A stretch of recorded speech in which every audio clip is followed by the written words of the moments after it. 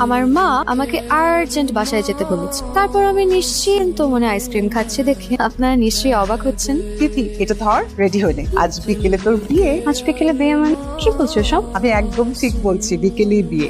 আমি তোমাকে বলেছি যে আমি বিয়ে করব, ছেলেকে আমি তাই তো জানি না। তুমি বললা আর হয়ে গেল আমি বিয়ে করে ফেলবো। আমার এটা পছন্দ আছে না।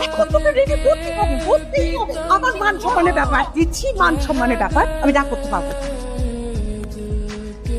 মামা যাবেন? আপাতত যেই দিকে দুই চোখ যায় সেই দিকে যাবো। আমাকে দেখে বুঝতেই তো পাচ্ছেন বিয়ে থেকে পালিয়েছি। এক্সকিউজ মি, জি বলেন। এই অ্যাড্রেসটা কোথায় বলতে পারবেন?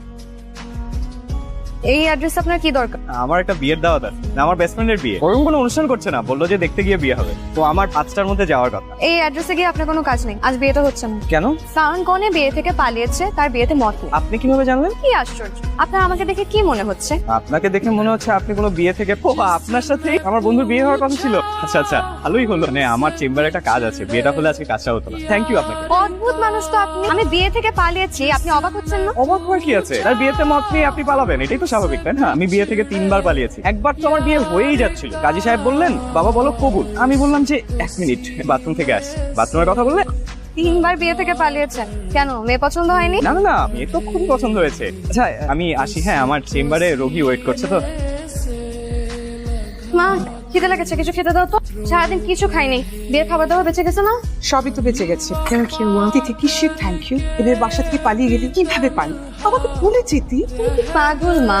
জানিয়ে গেলে সেটাকে কি পালানো বলা হয়? তাও তো, তোর যে ছেলেটাকে পছন্দ না, এটা আমাকে আগে বললেই হতো। তুমি আমার কোনো কথা শোনো, আমি তো ছেলেকে দেখিনি। পছন্দ হবে? তাই তোকে কালকে ছবি দিয়ে গেলাম না, তুই বললি টেবিলে রেখে যাও, পরে দেখিস নি। কি আশ্চর্য, এই ছেলেটার সাথেই তো রাস্তায় আমার প্রথম। সেটা আমাকে মিথ্যা বলল। আসতে পারি? জি আসুন। বলুন কি সমস্যা আপনার?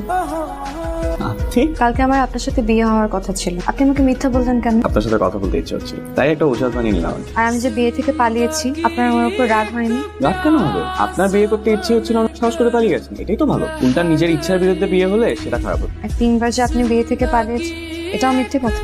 জি, আপনি আমার লাইফে একমাত্র মেয়ে যার সাথে আমার বিয়ে হওয়ার কথা ছিল।